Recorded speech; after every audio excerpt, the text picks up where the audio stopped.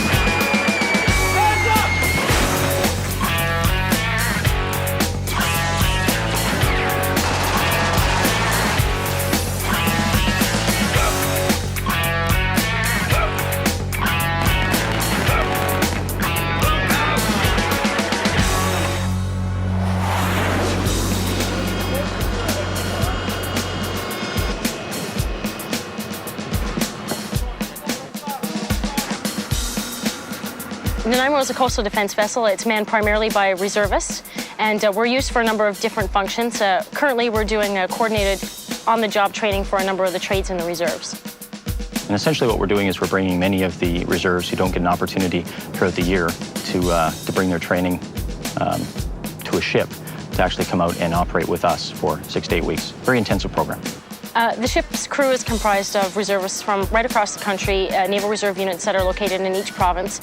As well, some members are full-time. They spend up to several years doing this kind of work, while others are people that may just be taking the summer off from school, helping pay for their education and serving their country at the same time. It's very important in order to do this because this is the job base. If for some reason we have to bring all of the reservists onto the ships to do things, it's important that they can do those jobs.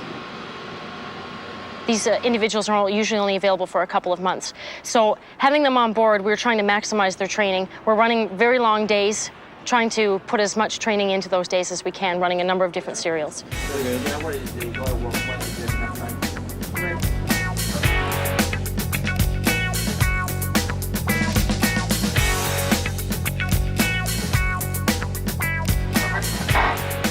The coastal defense vessels also practice helo hoist decks, or operating with a helicopter. We usually do this not just to provide training for ourselves and the helicopter squadron, but also in the event that we would have to medically evacuate someone from the ship. Because it can't land, because the dimensions of the ship are too small, there's too much equipment both on the sweep deck and on the forecastle. Instead, we have a circular area on the front of the forecastle, which gives just a general idea to the pilot as to where he's aiming for in order to lower somebody down from the helo. Helo hoist, it can be used in a variety of reasons. The most important would be if we have a casualty and we have to get a casualty from the ship to a hospital really quickly. The most effective and efficient way, of course, is with a helo. There are times when perhaps the injury is not serious enough that a person would need to actually be strapped into a stretcher. At that point, you just use a horse collar where the individual is just hoisted from under their arms up into the helicopter. For a more serious injury, like a broken leg, a broken arm, a person in a spinal collar, in those instances, it would be more necessary to strap them into a stretcher, and that's when we use the Stokes litter to actually hoist them into the helicopter. They'll fly in on such an angle and then slowly move over the bow of the ship in order to make that drop. And the reason they do that is it gives them the most area so that due to wind or sea state, they have the ability to move back and forth without cutting off a person and pushing them off the edge of the ship. Hovering a helicopter over the deck is probably one of the most dangerous things that we do. Obviously, you have a very large flying craft that's hovering right over a deck, sometimes about 6 to 8 feet off of the deck. So it's two separate large vessels that are operating in very close proximity to each other. So we certainly have a lot of respect for the pilots that fly the helicopters and that provide us the support that they do in our training. During a helicopter hoist decks, we tend to, again, err on the side of safety, so we're prepared for anything to happen. In the event that something should go wrong with either the helicopter or the ship, we're ready for an emergency to happen. So we dress personnel in bunker gear, which is firefighting gear, to stand by in the event that we should have to attack a fire or some sort of emergency. Go red deck exo for the next phase. When Truth Duty Valor returns, training for tragedy at sea.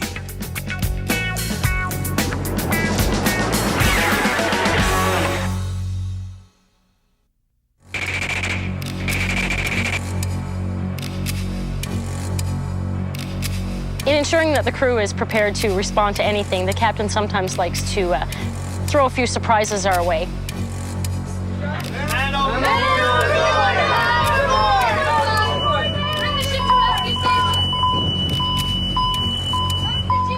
Sometimes the best training comes out of the chaos or the confusion, which can be created by these exercises. And I will initiate an exercise with another exercise. Sweep deck bridge, launch the Zodiac. Ready to man the Zodiac.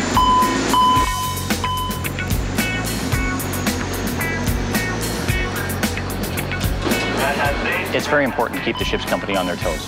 A man falling from a helicopter may not necessarily be the most realistic exercise in itself. What it does do is keep a sense of urgency within the crew, that anything can happen at any time, and we have to be prepared for that. And that's part of the Navy mission. All crew members not involved in the rescue point in the direction of the man overboard to aid in his rescue. We often run emergency scenarios on the ship that test the ship's ability to be able to respond to things in times of danger. A man overboard exercise is something that's usually sprung on the crew. No one usually knows when it's happening, with the exception of a few of the key personnel, and that's for safety reasons. One of the key players in a man overboard exercise is the bridge rifleman. His job is to take a weapon and stand it on the bridge wing in the event that a person in the water gets attacked by a shark. As you know, our ships don't just operate in local waters, we operate all over the world. Here, the rat has safe light. Yes, they did it. Our fleet standard is 5 minutes from the time that we hear the alarm to getting the man in a boat where he's receiving first aid treatment. So we always aim to make 5 minutes or less to get the man in the boat from the time that he falls over the side. So we have to be able to recover them quickly. And we don't know if they've fallen and knocked their head on the way overboard. So we need to get out to them as quickly as possible and administer first aid, get them back on board, and get them out of the water. Every time that we go to a man overboard exercise or an actual man overboard, we'll have a rescue swimmer dressed. It's a person who dresses in a large red waterproof suit, essentially. And his job is to ride in the boat to make sure that the man gets rescued from the water. And there are times when we wouldn't actually be able to use the boat in the water. And at those times, we would actually bring the ship to a stop and then launch that rescue swimmer over the side of the ship to swim out and retrieve the man. Oh, he's right ahead of you. Right ahead of you. Was that a launch, the Zodiac? Okay. Permission to launch Zodiac. Launch Zodiac. Come on! Move away!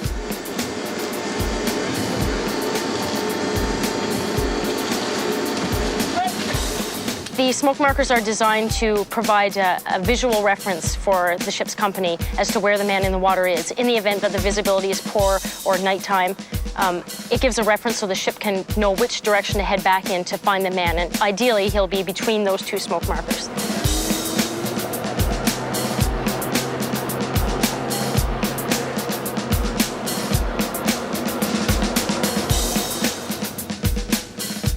One of the man overboard exercises that we did this week actually went very well. With the large number of trainees that we have on board and with the element of surprise, most people did not know that the exercise was coming. We managed to get the man in the boat in 4 minutes and 40 seconds, which is well within our fleet standard.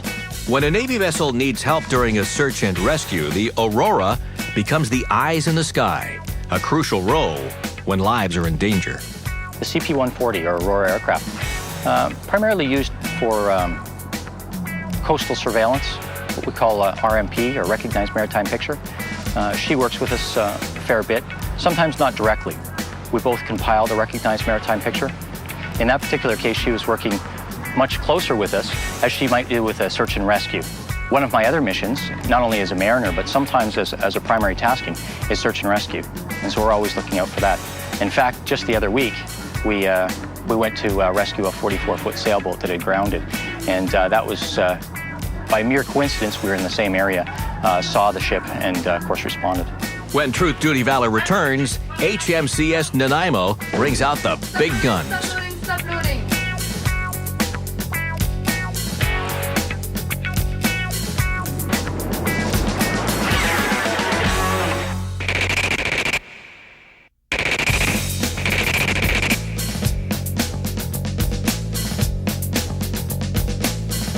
The coordinated OJT, or on-the-job training program, that Nanaimo is currently doing is one that is designed to provide a lot of training to a large number of reservists who are only available for a few months out of the year due to a number of restrictions like school, jobs, and things like that. We have actually 3 different classes of reservists.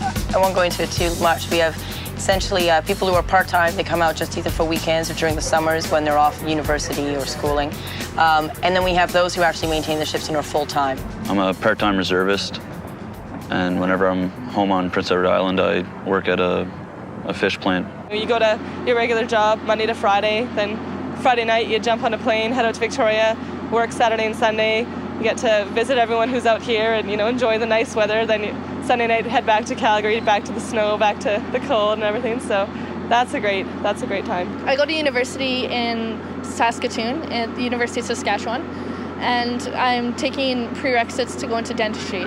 Basically, I want to travel around the world for free and meet lots of people. There's so many young people in the reserves that you meet people all across Canada, and it's a really great opportunity to do that. I like the part-time aspect where you work in the summers and you have time to visit family and friends during the winter months. When I'm done school, I'm still gonna stay in the Navy as long as I can, and we have once a week we have training at our units when we're back home doing our civvy life, and there's always opportunities for weekends away. It's very fun. Like on the weekends, it's not only work.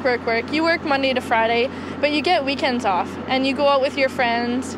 You go out and party, have fun, go to the beach, travel around Victoria. Like Tofino is the #1 place to go surfing on this island, so it's really good. It's beautiful out here. I mean, look at it, right? This week was my first week at sea, and training's very important to me. I like to keep on top of it, trying to advance in my rank as well as knowledge of the ship. It's the autoloader for the 40mm gun. No, you grease it up every time before we shoot it, and part of our pre-fire. Ready? You guys were.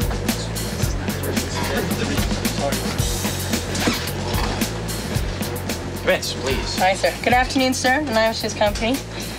I'm Lieutenant Morrison, and I'll be one of the WDO's weapons stretching officers for today's Surf Pirates. Sir, the pre-firing checklist is complete. The objective of today's shoot is to maintain the proficiency of Nanaimo's above-water warfare weapons team and ship's organization in the conduct of 40mm weapons firing. We'll shoot to the west, down sea, downwind, the greater elevation. Aye, sir. Salvo sizes, sir. 1 salvo equals 1 round. Number of salvos, i.e. 2 salvos, equals 2 rounds, and 1 rapid salvo equals 3 rounds. Cross-border WDO will continue with check fire stills.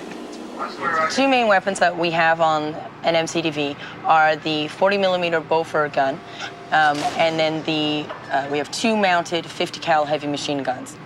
They have a minimum firing range of 500 yards and a maximum range of approximately 7,000 yards. The 40mm gun is actually a weapon that was used back in World War II. It used to be that the weapons were on our aircraft carriers, for instance, Bonaventure. They've kept the design of the weapon and decided to bring them on the MCDVs. The 40mm Beaufort is an automatic cannon. The projectile's muzzle velocity is 881 miles per second. The weapon's range is 10 kilometers, surface to surface, and approximately 7 kilometers for anti-aircraft fighting. A mounting, bearing, green, 10, target horizon. The Beaufort is principally used to destroy mines. 5. Target horizon. Bearing red 5, target horizon.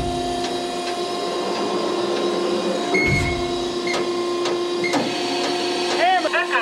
Switch to auto fire. Auto fire. 4 is going to be clear. Aim mounting. The weapons we use, for the most part, because we're in peacetime, are more for deterrence than for anything else. If we're doing some of our missions, like for instance, a submarine escort, and we have other vessels that we're protecting, and we want to stand off other vessels from coming within, say, a certain area of the vessel we're protecting, we'll use either the 40mm or the 50 cal, whichever has the best range and is most suitable for the type of situation we're in. A mounting, 1 salvo, engage. Okay, mounting. One salvo, shoot! One salvo, shoot! Stop loading, stop loading, stop loading.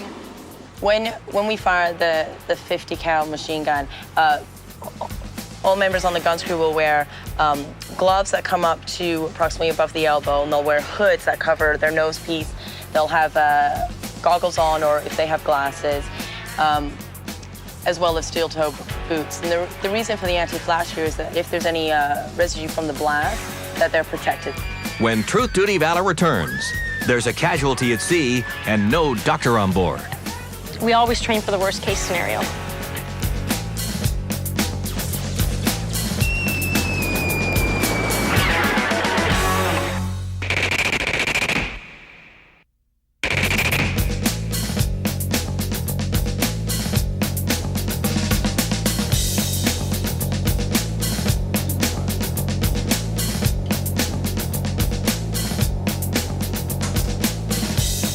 So basically, the Discoverer will come down, whoever that might be. It can be anyone in the crew, because everyone's supposed to be trained in first aid, standard first aid within the military.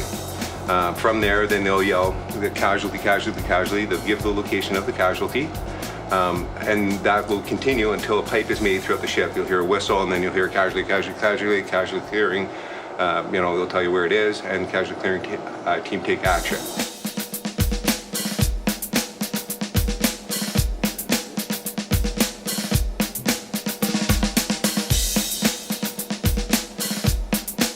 So I've always said that it's 80% acting and 20% makeup. So if they like the makeup, they're going to do a better acting job. Okay? I don't know if you can always recruit people to act good, but I'm told that she's the best actress on the ship. That's what I was told. You really want to scare them to bite them when they come. I think my husband will have a heart attack. How long have you been away? A month. Okay, a month. I don't think you'd really freak out that much.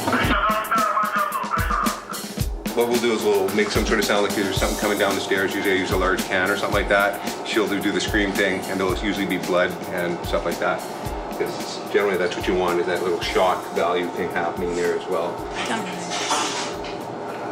I have some tears if you want tears. We can make you tears, okay? Whenever there's a casualty on board, there's obviously a routine that the ship knows how to respond to a casualty.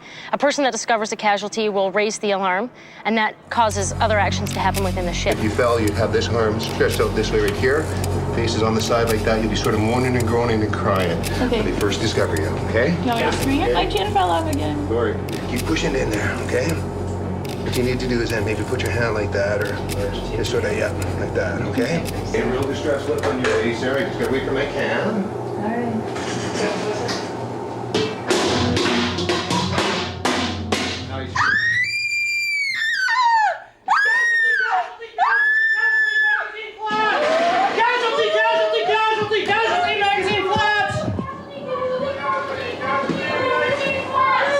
What happened? Did you slip coming down the stairs? Okay, just relax. Take it easy. Breathe deep. Relax. Just relax. Where does it hurt? My face. Okay, just relax. It's gonna be okay. Need someone to chief? Take it easy. Okay, Master McPherson's here, all right? He's gonna help. Okay, he's gonna help. You're gonna be all right. You know what happened? I fell down the stairs. Yeah, you're gonna be okay. I'm just gonna check you over, okay? Okay. So can you tell me if something hurts? My hand, my I face. see that. You're gonna be okay. Just gonna do a quick check, all right? Okay. Oh my God, my arm hurts. You're gonna be fine. I'm gonna move you up a little bit. Okay. Slowly. I don't want you to move too quickly, all right? I know it hurts, but you're gonna be all right. Okay, ma'am, can I get a sentry at the top of this stairs to make sure that nobody else... We've got a sentry posted? Roger, thank you. There are a number of people who are designated as a rapid response team for a casualty. They include the casualty clearers, which are the cooks on board, the executive officer, myself, and the petty officer of the watch. We'll respond to the area that the casualty was located, and then from there take the actions required to ensure that the person is treated and then evacuated safely. No, it's okay. Relax. You're gonna be fine. Okay? Okay. No, you're okay. Just look at me. You're gonna be fine. Okay? Just gonna come on the side and leave her. We're just stabilizing her now. We're going to get her onto the stretcher. We're going to have to take the oxygen monitors up the ladder. We just got a person standing by. Usually the injuries that we get on a ship are not that serious. We tend to have a lot of cuts and scrapes, people dropping things on their hands or accidentally cutting themselves. Not usually the more serious things. But obviously a ship rolls and heels in the sea. Falling down a ladder is something that could happen very easily on a ship, and that's something that we have to be prepared for.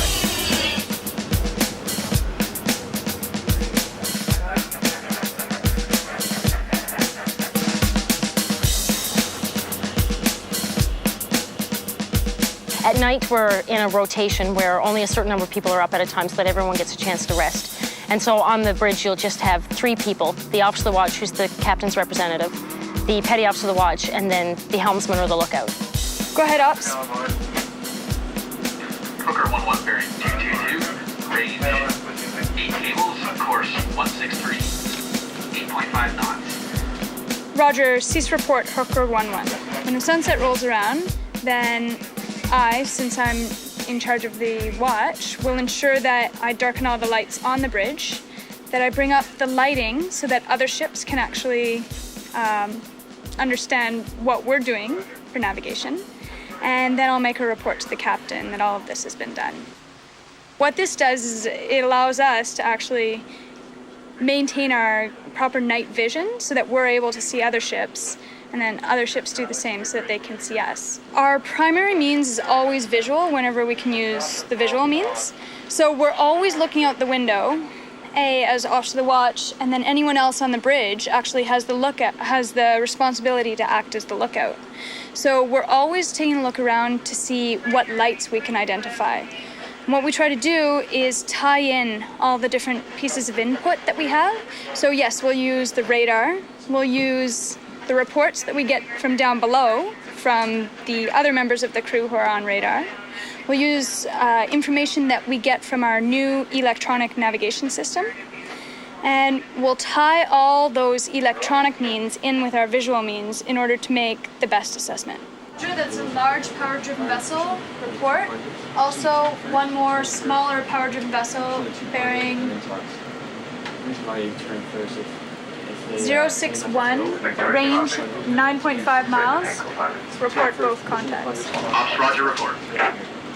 This is our electronic chart for the ship, in essence. So we've taken the old paper charts and taken technology that's only probably about 6 or 7 years old, and it feeds all the information from the ship system, from the radar, from our GPS position system, to show us where we are on the chart. It'll show us where the dangers are, it'll show us how we are navigating, and it'll show us the information of the other ships coming at us so we can take our avoiding action. Yes, sir, the previously discussed Meaty City now bears 040, range 4 miles. We are... The light green part here is land. This is what we call Turn Point. That's the name, that's the lighthouse that you could just see back aft that we just turned around. This little green circle up here with the yellow line, like the fish scales out in front, that's a vessel up ahead that we expect to see. We're actually this double light circle in there, and the red line is the course that we're going to follow for the night, for the next couple hours.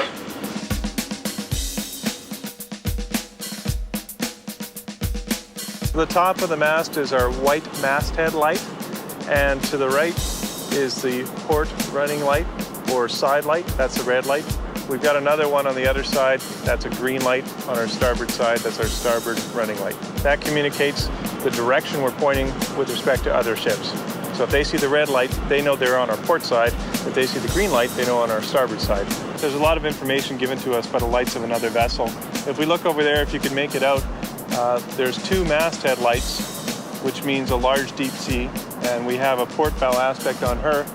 And to the left of that is a tug towing a barge, and we see 2 white masthead lights in a vertical line. That tells me it's a tug towing a barge. The red light means it's a port aspect.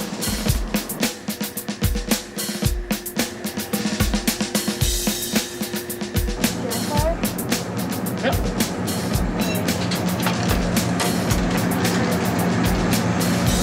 You don't have to take the board with you.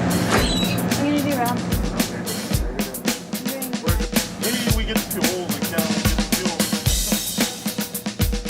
I'm watching the central alarm monitoring system. I'm making sure that we don't overfuel our service tanks. and everything is running normal. We have normal operations at sea.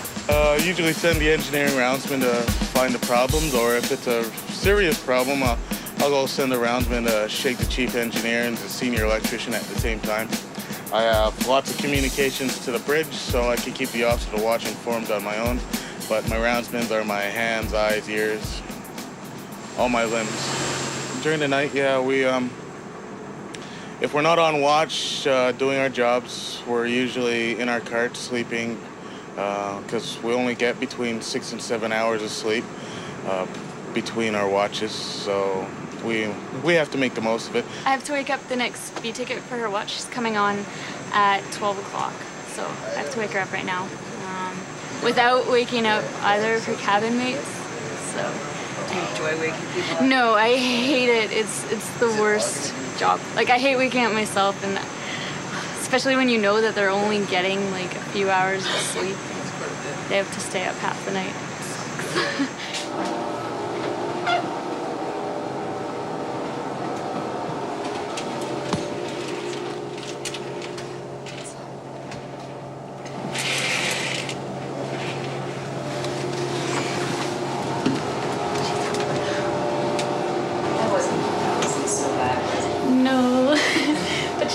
She looked really tired.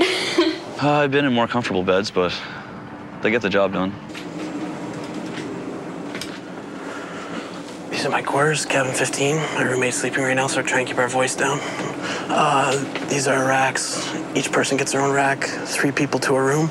That's pretty much your sleeping space right there. These are our lockers. This is where you keep all your personal items, civilian clothes, spare change of uniform, anything that you need to keep on ship that you have to have, you keep it right there. Each room has their own sink. This is where we shave in the morning, brush your teeth when you wake up. Shared by all of us and cleaned by all of us. At night when you're ready to go to bed, it's pretty comfortable. After a long night, with the rock of the ship, it's nice to go to sleep on this bed. Not very much room to turn up and down, though. If you're a big guy, it's a little bit harder. When the ship's really rocky, there is a seatbelt, although on the bottom bunk, you don't really have to worry about it because you don't have very far to fall, but you can strap yourself in. When Truth Duty Valour returns, a trip to Pearl Harbor in one of Canada's top simulators.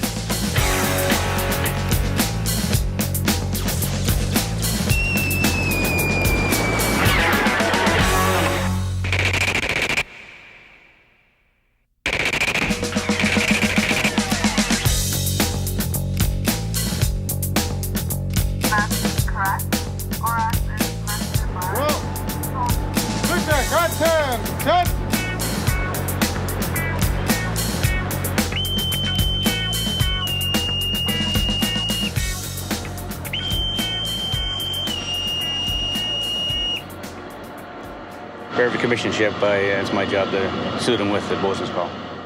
There are a number of naval traditions that the ships still uphold. Another naval tradition that's been long-standing is passing marks of respect or saluting ships as you enter and exit the harbor. Essentially, we fall personnel in, stand them at attention on the upper decks, and then the junior ship passes marks of respect to the senior ship, who then returns the salute. One of those things that has been going on for a long time is soup at 10, and I saw that the crew that came on board really enjoyed having soup at 10.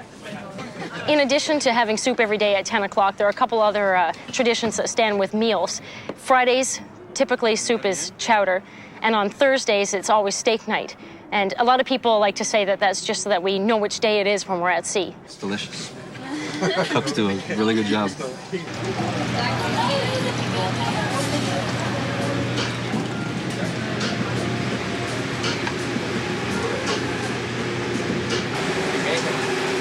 We're making beef dip right now. This is preparation for lunch. Well, whenever the cooks make good meals, it keeps everybody happy. Like if you're eating slop all the time, nobody's going to be happy. So it's very important that they keep up their end of the bargain, and then we keep up ours. The morale on the ship, I guess the cooks, we're in charge of it pretty much. If they're having a bad day, I think having a home-cooked meal, something that they enjoy, is something that would boost morale.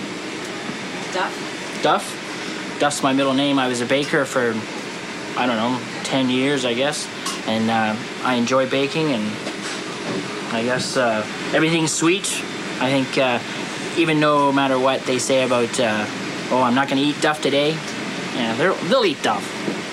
Cookies, cakes, ice cream. We rarely have it, but, you know, tarts. We can't always cook like, you know, when we're chopping onions or celery. It's not the same as a chef would do it on land because you're sturdy. Sometimes when we're going side to side, it's pretty hard to control the knife, so it's more of a hands-on type of a cut. And your legs are kind of planted. You kind of wait for the boat to shift. Try to grab stuff in there. Sometimes the pots are smaller, like half the inserts, so sometimes they fall back as the ship's rolling. And I ended up burning here. Here was a more recent one. But it happens. You move on. Scars? Oh, I have lots of scars. I have this scar here, which is most recent. I don't know, I had a few on my hands and stuff just from chopping away. It gets risky, you know, when the ship's moving, especially when we're doing maneuvers, because the whole ship kind of turns and everything goes flying. Oh yeah, we'll turn on some music, we'll party. We like the Beach Boys, dance, rave, some heavy metal times. Country. You know? Oh, a little bit of country, not too much. Country's okay, but it's, you know, gotta get something that's not necessarily any words, a lot of techno, just to keep you working. There's no music, it's just kind of everybody looks like, oh, I hate being here, you know. Everybody's gotta keep a smile on their face. Fires at sea and the smoke they produce are the greatest dangers to a crew in their vessel. Fire in the vicinity of the pond. Run for response, extend that to take action. Advance alarm, advance alarm. Indication of fire in the vicinity of the pond. Run for response, take action. We're all trained in firefighting. We actually have a damage control school that trains us. Everyone, from me all the way down to the ordinary seaman on board. Fire! Fire! Fire! Fire! Fire! Fire's out! Yeah, well, hold things from MCR Plus. Go back there! Hold things from MCR Plus. Carry one man the host sentry. You? Show the chem on for sentry. Emergency station, emergency station. Fire, fire, fire in the pond. We run damage control exercises like fires and floods on a regular basis to ensure that the crew is fully trained up and capable to respond to that type of an emergency should that ever happen. For a fire or a flood exercise, again, we have a fleet standard, which is usually 6 minutes for the ship to be what we call at emergency stations. And this means that we have an attack team dressed, a section-based team, and a headquarters and a command position all closed up.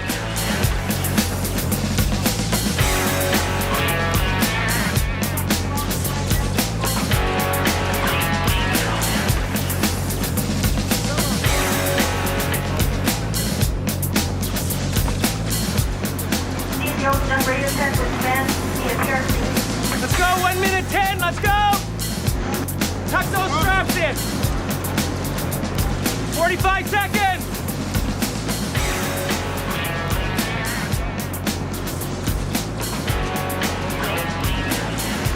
Okay, following section base IC, section base IC.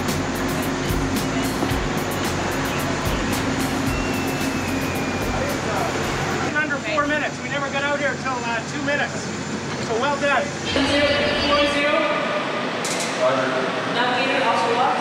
This is the Navigation and Bridge Simulator for the Naval Officer Training Center in Victoria, BC. This trainer's been in operation since 1998, and we use it to train junior officers in our Navy at the basic and intermediate and advanced levels of navigation and rules of the road, so the collision regulations at sea. It's very expensive to train people in the Navy, especially when we get to their last phase of training, which is in a ship at sea. It's very expensive. So we've been able to affect the cost savings by concentrating the training in our simulator because we can control all the environmentals. We're entering the narrows of Pearl Harbor. We're going to go into the harbor itself, and you'll get a chance to see some of the level of detail that we have in here. We can actually bring students in here, and we can demonstrate how quickly this ship can maneuver how quickly it can speed up, turn, and slow down. And then we can change the model so a student can see it from the bridge of a merchant vessel. And they can come in, they can see that merchant vessels are maneuverable, but not to the same degree that we have. What our operator will do is he's going to change the environmental. He'll shift it from day to night and back. He'll show that we can bring fog in to reduce the visibility for training. And then he'll also change some of what we call the sea state so that the ship will have apparent motion. And all of these things we can control, and depending on the type of training we're trying to do, can build the experience of the student so that when they get to the ship at sea, a real ship, it won't be the first time they've experienced these things. So now it's dark. It's very difficult to see. On our port side, you can see a small boat going by, and with his lights. And now he's slowly bringing the visual back to a daylight condition. And as we enter the harbor, again, you can see the real detail that that we're able to use. The detail of the buildings, the trees, the flag is waving. And they spend a lot of time getting all the small things right as well. And you can see as the vessel comes by, the change in visibility can be quite disorienting. So we use this as an opportunity to expose them to that before they get to a ship. So the first time they see it, it won't be at sea.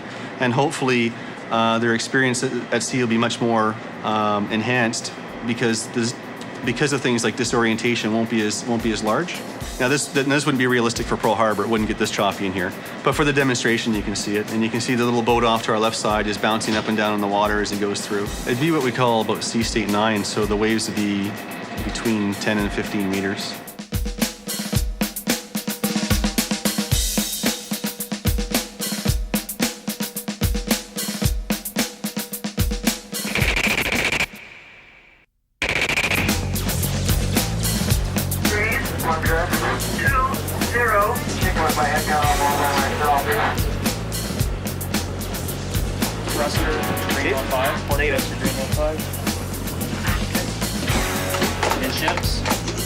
Dead slow stern.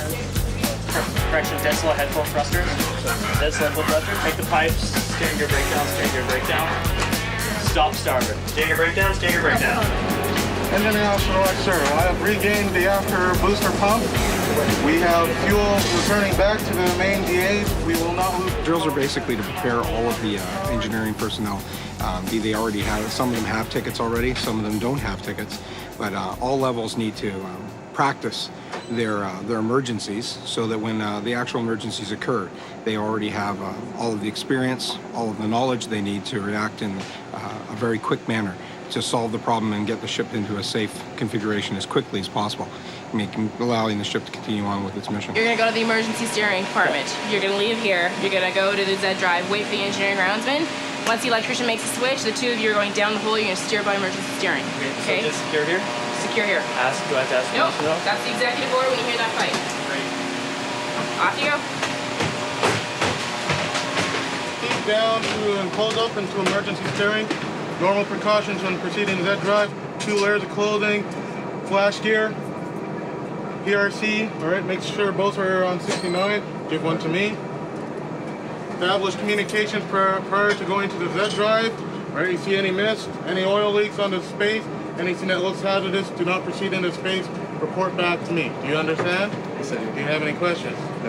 Okay, proceed. Close up. Engineer officer of the watch, senior electrician. I will take this one because you have one. Roger that. I will go to the motor room. I will switch the switches. Steering gear breakdown. We practice that a great deal because it's something that can happen quickly, and it's very dangerous for the ship.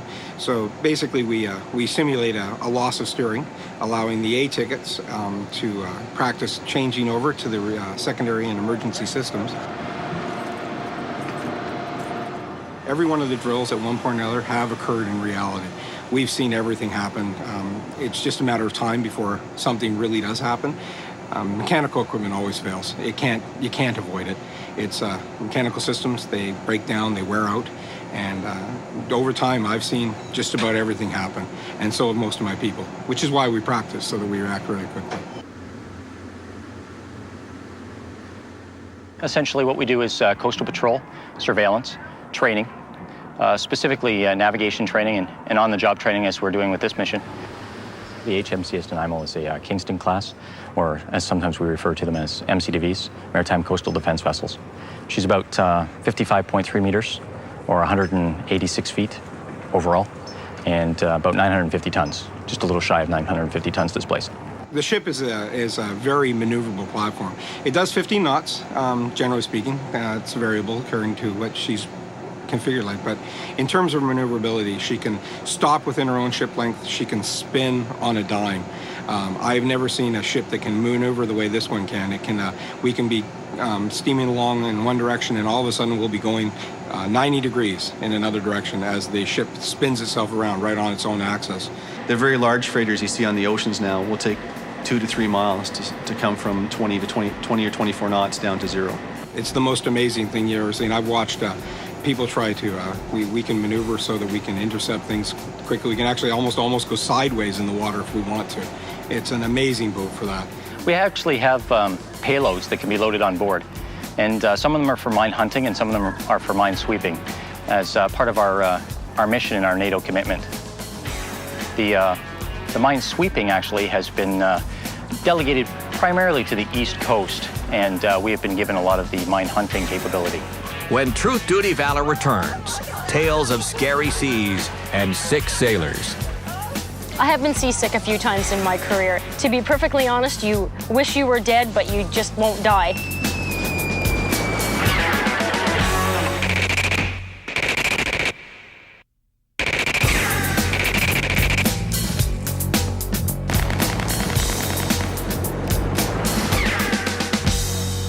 I have been seasick a few times in my career, and it's probably one of the worst feelings you could ever have.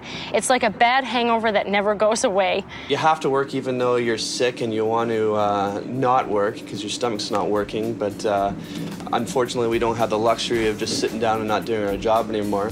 I didn't get too sick, but we were out in 8.5, 9 meter waves, and had my food in my hands and went to step through a doorway to go sit down to eat, and the ship took a good dive off a wave, and because of the rapid descent of the bow, I actually lifted off the deck and floated through the hatch, or floated through the doorway.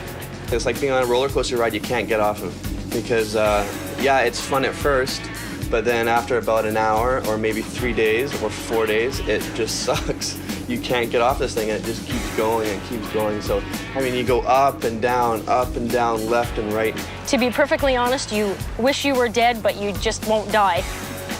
They say crackers is good, but I wouldn't suggest crackers. I'd suggest bread, or we try to have grilled cheese, something that they can keep in their stomach and keep it down. Crackers tends to dry out your stomach, and then you're drinking more water, and then you're a couple rough seas, and you're out on the sweep deck tossing your cookies. They say looking at the horizon's good too, but I don't know. I've been there. Obviously, it can't be that bad because these sailors keep coming back for more. Are you kidding? Take a look at the ship that I drive. That answers it right there. I chose reserve because I was at school at the moment, and I said this is better to just finish my degrees, and maybe after I will think about regular. But finally, I decided to stay on the reserve because it's more fun. When I came out for the summer to do my training, I was hooked. I never looked back. And in fact, all through my training, I've been hooked. I came out on a contract in Victoria for about 3 months. I found that I was having such a good time with it. I ended up staying, and here I am 4 years later. I'm still a full-time reservist. I joined the reserves at HMCS Cabot in St. John's, Newfoundland, and basically have just been working almost full-time for the reserves for nearly 8 years now, and really enjoy what I do. I plan to go back to school in the next 2 years, but right now I'm just going to enjoy what I can. It's fun, it is. So it's a lot of hard work though, and we put in long hours at times, but it's rewarding. Join us next week for more action and adventure on Truth Duty Valor.